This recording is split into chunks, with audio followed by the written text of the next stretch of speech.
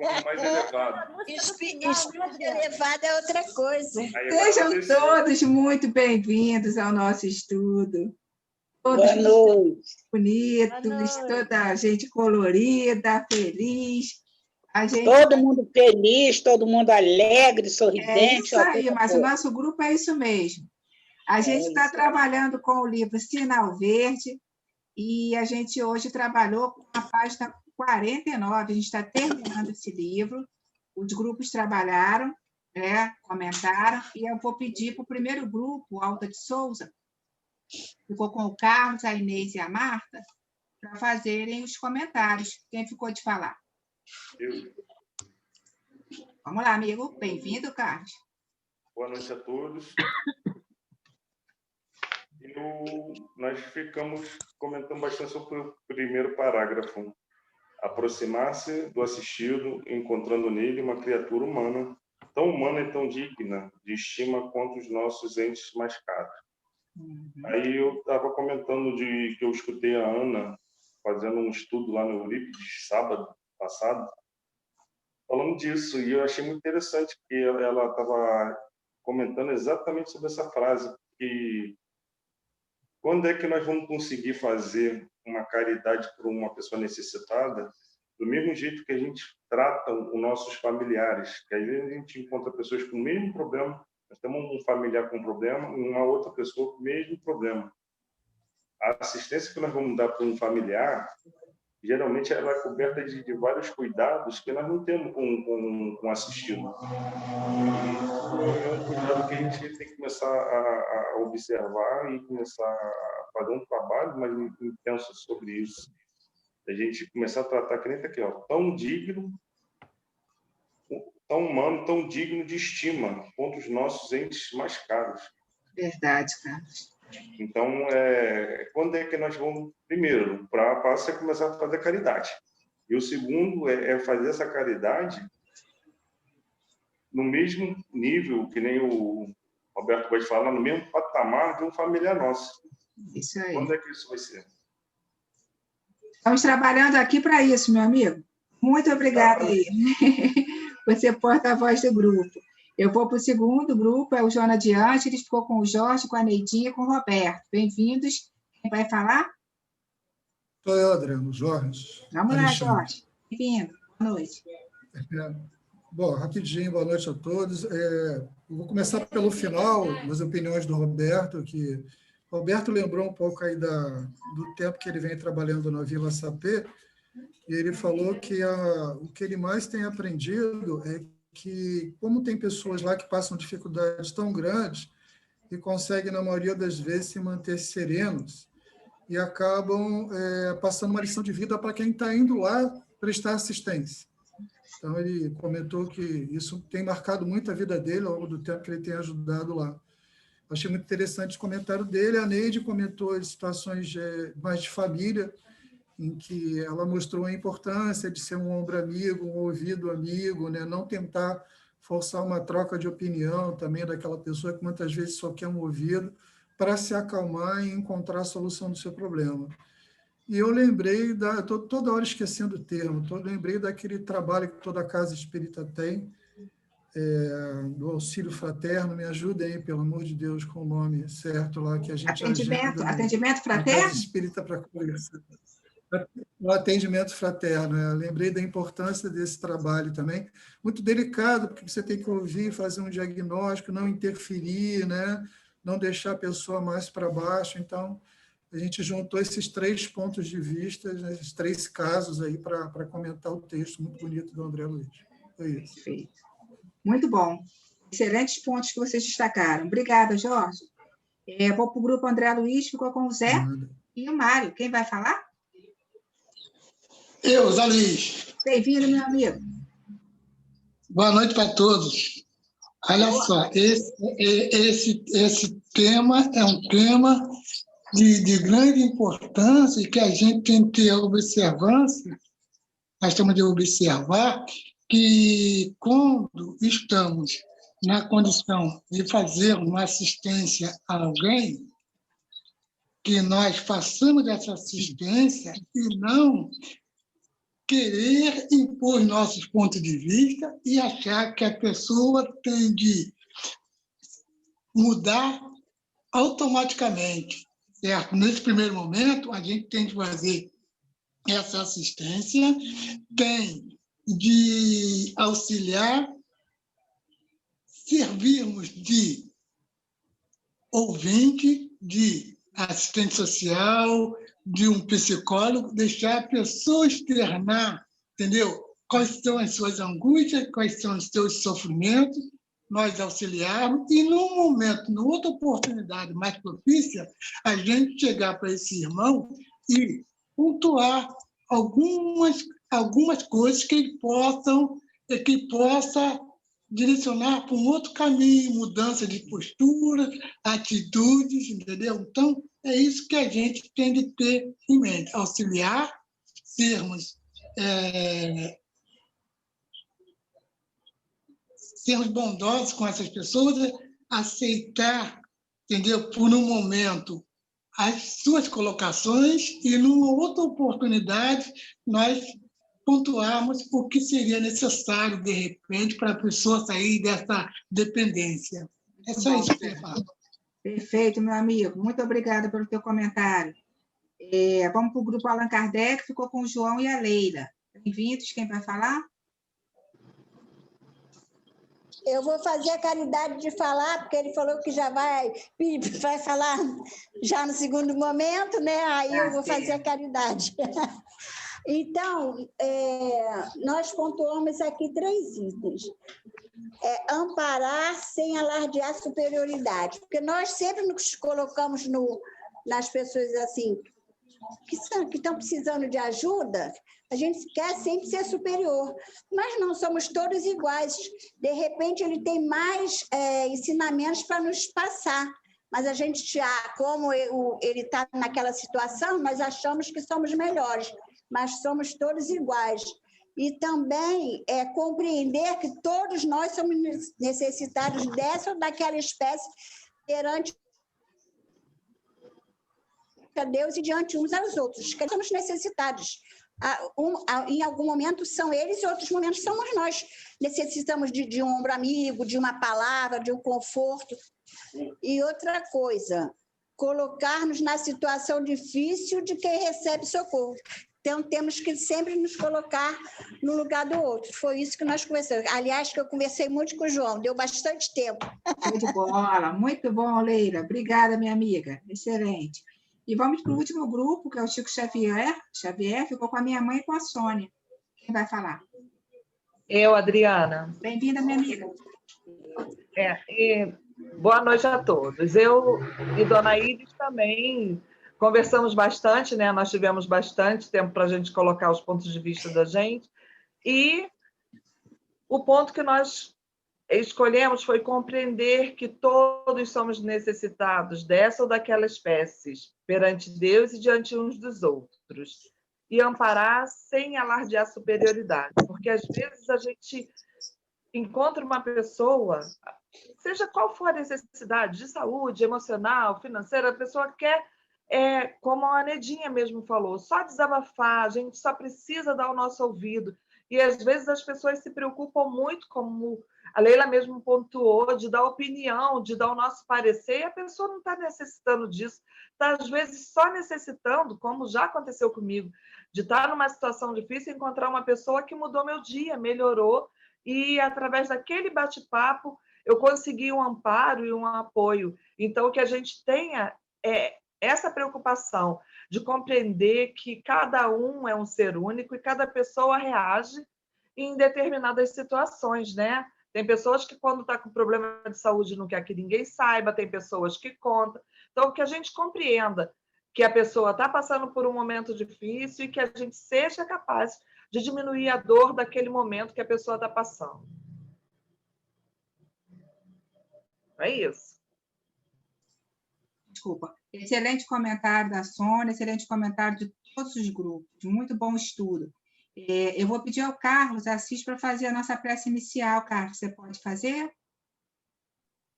Boa noite. Boa noite, amigo. Posso sim.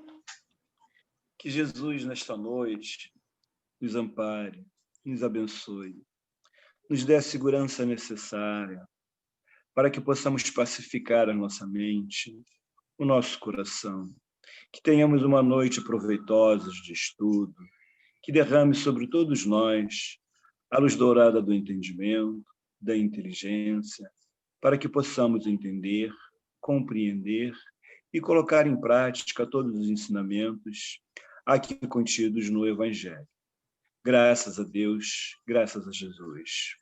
Graças a Deus. Muito obrigada, Carlos. E aí a gente vai passar para a segunda parte do nosso estudo. Nós estamos trabalhando com o Evangelho segundo o Espiritismo, capítulo 16, não se pode servir a Deus e a mamão.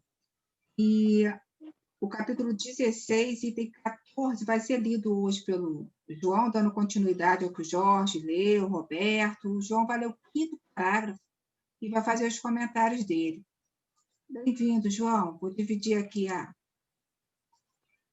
página para que a gente possa acompanhar. A palavra é sua. Boa noite a todos. Vamos lá. Desprendimento dos bens terrenos, item 14.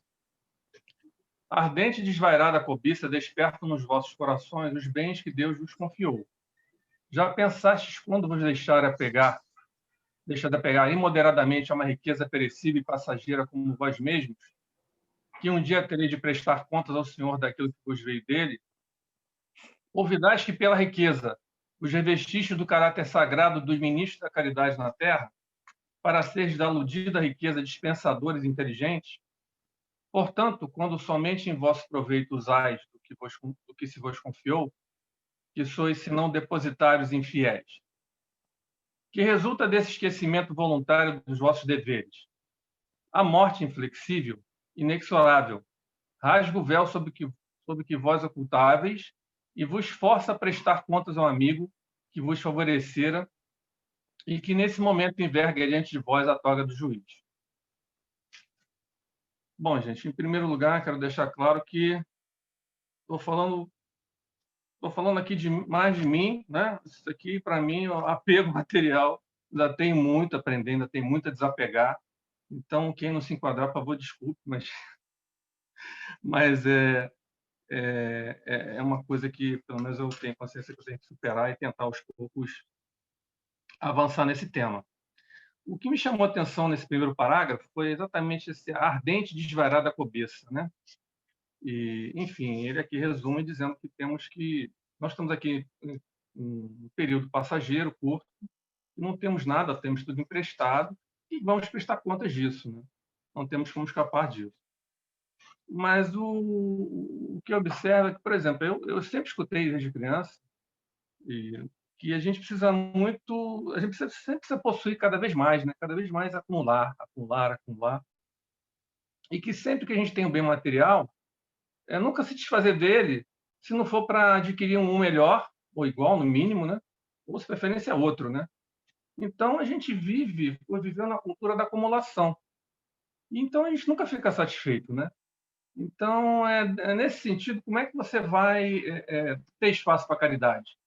Então, o espaço para a caridade sempre vai ser negligenciado, né? Então, e a gente não consegue evoluir dessa forma. Então, é isso. Então, você vê que isso é um círculo vicioso que não tem fim, né? Como se a vida fosse infinita aqui, né? Não é. Então, você vê o exemplo, por exemplo, de políticos, né? Às vezes, pessoas riquíssimas que resolvem entrar na política. Claro, em parte para defender seus interesses, mas em parte também para ter mais poder, né? Para conseguir sobressair mais, para conseguir demonstrar que tem sucesso, que é uma pessoa pública, que aí a vaidade, o orgulho, aí a coisa vai num crescente sem limite, né? Agora, eu também observo o seguinte, isso acontece em várias classes sociais. Você também verifica que pessoas de baixa, uma classe social mais baixa, com poucos recursos, também tem a tendência a acumular, né? Muitas vezes coisas pequenas, mas são sapatos, roupas, objetos antigos. A pessoa fica naquele apego, né? E não quer dar para ninguém, e aquilo fica sem uso. Ou seja, é uma forma. Você também não está fazendo caridade, né? E ou às vezes sofre por não adquirir uma propriedade mais cara, ou tem um sonho e sofre por aquilo, quando às vezes ela tem uma família tão bonita, tem saúde, né? E tem a felicidade ali, e às vezes pensa que a felicidade está mais no material do que no espiritual. E então eu fiquei refletindo, como é que a gente pode tentar mudar, ou tentar se melhorar nessa situação? Eu acho que é tentar sair um pouco da posse, do ter, para o uso, né? Então, eu fiquei pensando, muitas vezes, por exemplo, às vezes a pessoa tem um carro, compra um carro, mas será que ela precisa daquele carro? Se ela usa aquele carro poucas vezes no mês, um trajeto curto, não seria uma vantagem usar um táxi, um Uber? Mas não, mas o carro é status, é símbolo. E muitas vezes você tem um prejuízo financeiro por causa disso. A mesma coisa vale para o imóvel. Muitas vezes pode ser melhor você alugar um imóvel do que você ter um imóvel. E às vezes, por uma emergência, você tem imóvel, mas não tem dinheiro para cobrir suas necessidades, né? E aí você fica exposto. Então, em algumas situações é vantajoso, mesmo você tendo recurso, você pode aplicar de outra forma e ter o imóvel alugado e fica sem ter aquela posse e ter um resultado melhor. E com isso você vai tentando se desapegar. Se você tiver menos imóveis, menos posses, eu acredito que a gente tem uma chance maior de desencarnar melhor, né? Eu acho que a gente vai se conscientizando de que tudo é passageiro, porque a gente pensa que não é, né? A gente age como se não fosse, né? Não racionaliza isso. Então, eu acho que é a oportunidade que nós temos.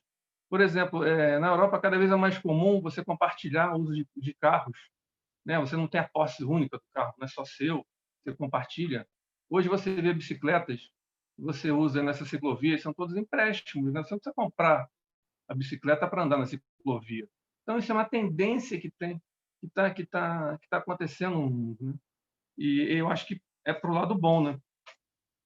Então, resumindo isso, é tentar buscar menos posse e tentar usar mais do que ser dono, né? E aí, no segundo parágrafo, ele fala uma coisa interessante, ele fala de dispensadores inteligentes. O que seriam dispensadores inteligentes? Seriam o que a gente precisa utilizar a riqueza de uma forma mais racional, né? Que seria o consumo consciente. Hoje a gente vê muitas empresas, que hoje a gente chama de ESG, são empresas que respeitam o meio ambiente, respeitam a governança, né, a forma de respeitar os acionistas, e também investem no social. Essas empresas estão tendendo a crescer mais. Por quê? Os consumidores, as pessoas, estão buscando produtos dessas empresas, que respeitam mais o meio ambiente, têm um trabalho mais ético, mais moral. Então, o que está fazendo a transformação somos nós.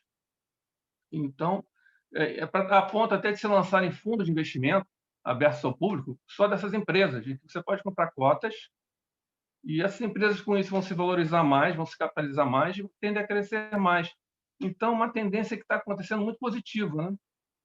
Que está se refletindo aí que no sentido da perda da menor desigualdade, no sentido de você buscar distribuir melhor as riquezas, como Kardec fala aqui. Também na questão dos governos, né? O governo também, às vezes, é obrigado a ir por esse caminho, né? Porque, pela pressão dos consumidores, por exemplo, os exportadores brasileiros de soja, por exemplo, do agronegócio, eles querem que tenha uma política ambiental correta aqui no país para que ele não perca exportação, porque os países lá fora vão acabar brecando essa compra, né? E os próprios consumidores, daqui a pouco, não vão querer consumir produtos que vêm, por exemplo, de uma área devastada. Então, é essa pressão que a gente tem de todos para o bem comum. E, por último, em relação à ação que a gente pode ter para mudar isso, é ter mais ações coletivas. A gente, por exemplo, se unir mais nas comunidades para fazer atividades de apoio, né? Como a gente faz, por exemplo, no Cefac, em outros locais, quando a gente se reúne e está junto no trabalho, a gente consegue resultados, né? Melhores do que individualmente. Bom, para terminar, eu queria citar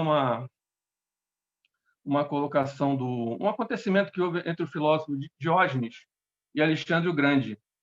O Diógenes era um filósofo grego e foi professor de Alexandre o Grande. Isso foi mais ou menos em 300 a.C. E, em determinado momento, o Diógenes ele resolveu realmente perder todo o apego material. Ele foi viver sozinho, num local pequeno, só com uma cuiazinha para beber água e se lavar.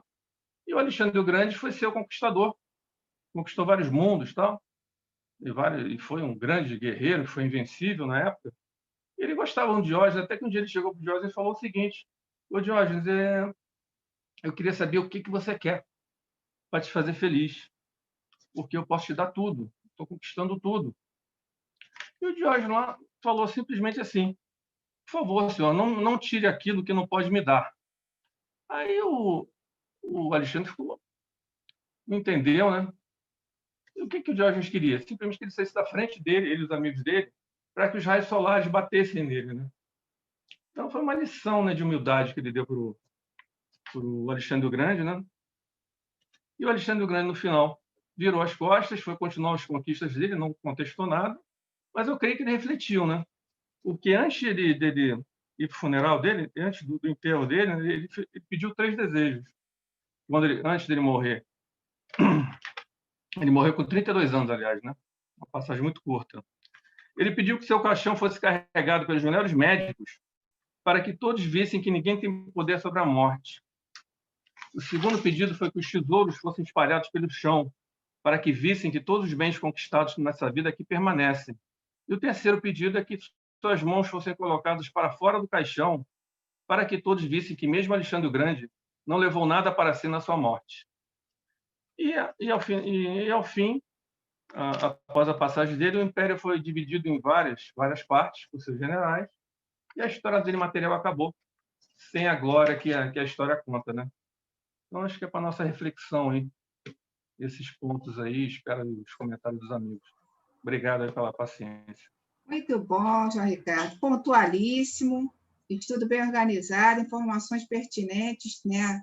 E exemplos bons que você deu, das empresas mais econômicas, né? O meio ambiente, agora, final aí com o exemplo do Alexandre o Grande, de Diógenes, muito bom. Passo aqui o meu amigo Evaldo, para que ele possa fazer o primeiro comentário. Bem-vindo, meu amigo. Boa noite a todos. Boa noite, obrigado. João, muito obrigado, João. Você fez a gente refletir bastante sobre essa questão da nossa conduta, sem esperar que o outro faça, né? O que eu posso fazer para que eu possa realmente implementar essa mudança. E eu estava lembrando que a maior dificuldade que nós temos, e consta no Livro dos Espíritos, é o que é necessário e o que é supérfluo. Enquanto eu não determinar isso na minha vida, eu estarei ainda apegado a coisas que eu não poderei levar comigo no plano espiritual. E a gente tem muita dificuldade de lembrarmos que nós somos espíritos e não corpo, sabe? Porque as conquistas materiais são necessárias, elas estão aí para que a gente as almeje, mas não que seja motivo de desencarne. Ou seja, de eu gastar tudo que eu posso, a minha economia material e espiritual, para conquistar algo que vai ser de pouco tempo, de pouca duração. Para fechar, perguntaram uma vez ao Chico se o Chico era feliz. Ele falou assim: eu vivo com o necessário e me sinto feliz por isso. Essa é a grande dificuldade da gente, né? Viver com o necessário. Muito bom. Muito bom, meu amigo. Zé, você estava com a mão levantada e eu acho que eu baixei sem querer. Você levantou logo depois do Evaldo. Pode falar, isso. Bem-vindo. Olha só, a colocação que eu tenho de fazer, a gente já tem debatido essa semana toda sobre esse aspecto da riqueza.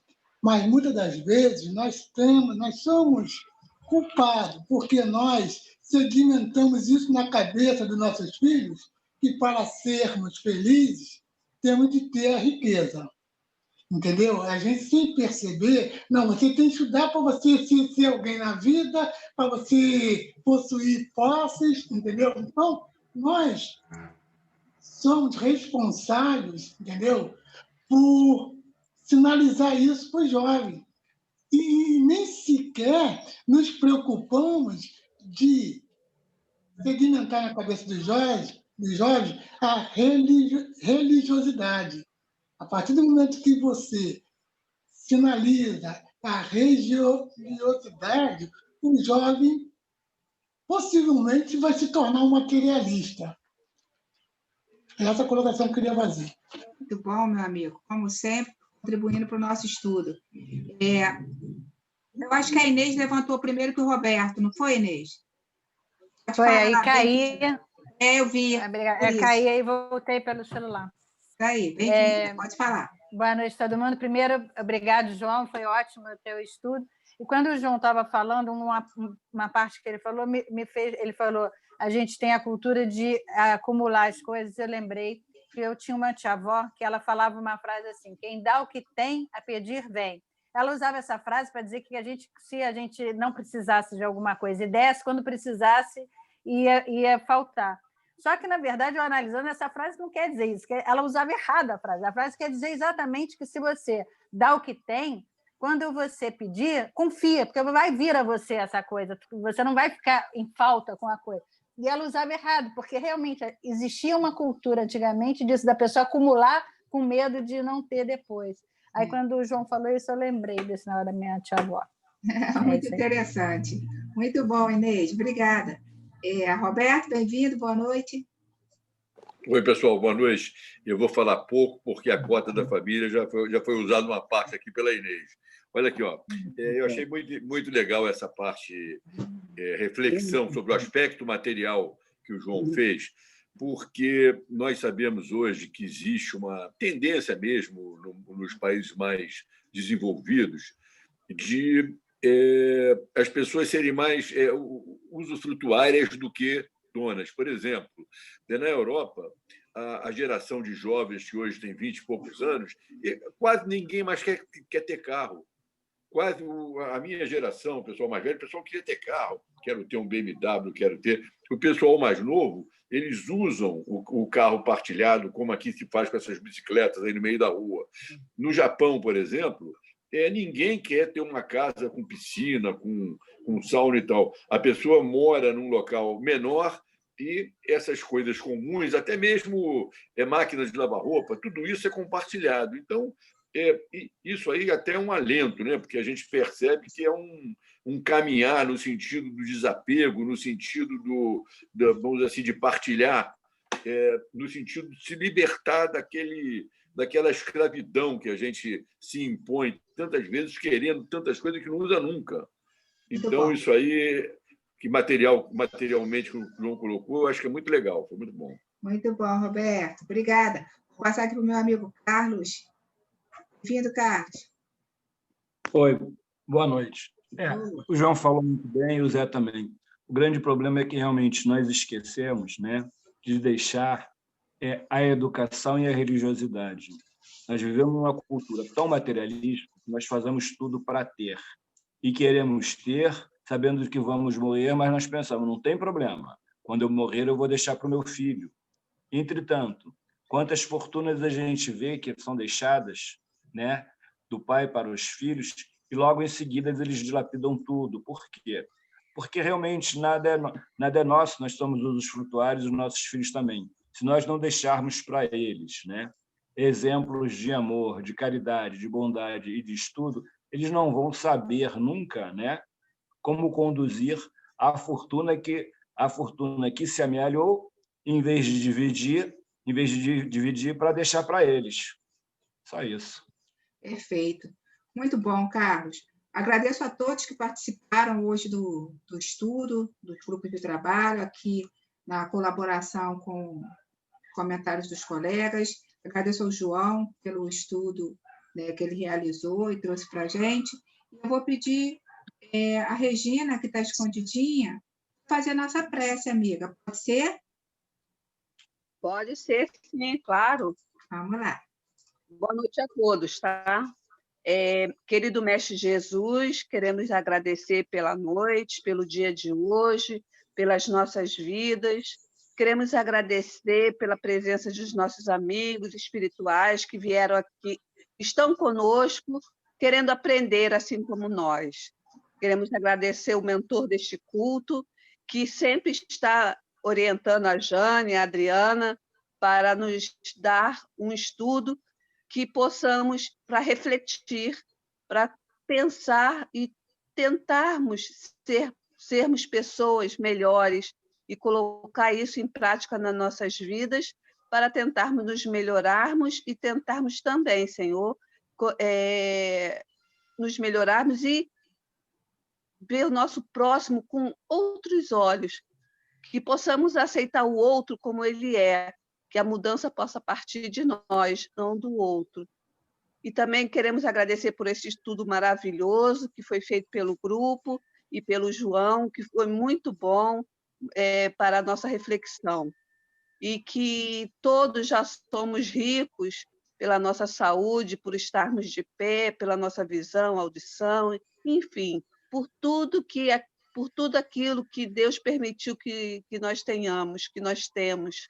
Muito obrigada e agradeço a oportunidade também. A boa noite e que assim seja, graças a Deus. Assim seja. Muito obrigada, Regina. Muito obrigada a todos mais uma vez. Pego uma parte dessa prece da Regina, que ela falou sobre olhar o nosso próximo com um olhar diferente. Isso tem a ver, então, com a página inicial, assistência social, né? A gente viu do sinal verde, e tem a ver com o desapego e o servir mais ao outro. E por isso a gente vai trabalhar, então, com a música Sempre a Servir. A gente já ouviu essa música, mas eu acho que ela cabe muito bem hoje no nosso estudo. Vamos lá.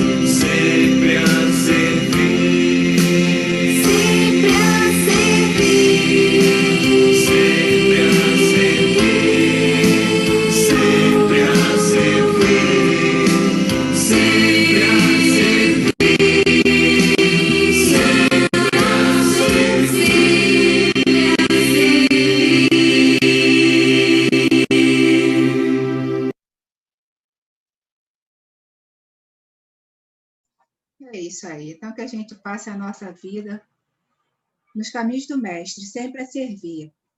Antes de dar o boa noite, afinal, a todos, quero dizer que o nosso próximo livro, que está acabando o Sinal Verde, amanhã a última lição, o próximo livro é Paz e Renovação. É um livro do Chico Xavier com vários espíritos. Então, você Paz já... e renovação. Oi? Alguém falou alguma Paz coisa? e renovação. Paz e renovação. Tá bom? Aí, na sexta-feira, então, seria grupo de trabalho. A gente não vai fazer o grupo de trabalho, porque a gente vai trabalhar a página de preparo inicial desse livro. Estou tentando buscar ele aqui, porque eu já baixei, para mostrar para vocês. Ele inicia... Onde está? Aqui. Deixa eu só mostrar para vocês rapidinho. Tá, que vocês podem baixar é o livro Paz e Renovação, tá? Então, a primeira lição desse livro é Pensamento e Desobsessão, tá? Mas aí, na sexta-feira, a gente não vai fazer grupo de trabalho, peço a vocês que entrem às 8h45, como nós fazemos sempre, para a gente trabalhar o Renovação, é a página de preparo desse livro, antes da gente começar, tá bom? Então, conto com vocês na sexta-feira, 8h45, para a gente falar um pouquinho sobre a página inicial desse livro e, em seguida, trabalhar com a primeira página, com a primeira mensagem, Pensamento e Desobsessão. Tá? Eu vou colocar no grupo de trabalho, para quem não tem, e aí, quem puder baixar, já vai se organizando. Um beijo no coração de vocês todos, uma boa noite. Boa noite. Boa noite. Fiquem com Deus. Boa noite. Beijos. Fiquem com Deus. Boa noite. Boa noite a todos. Boa noite, pessoal.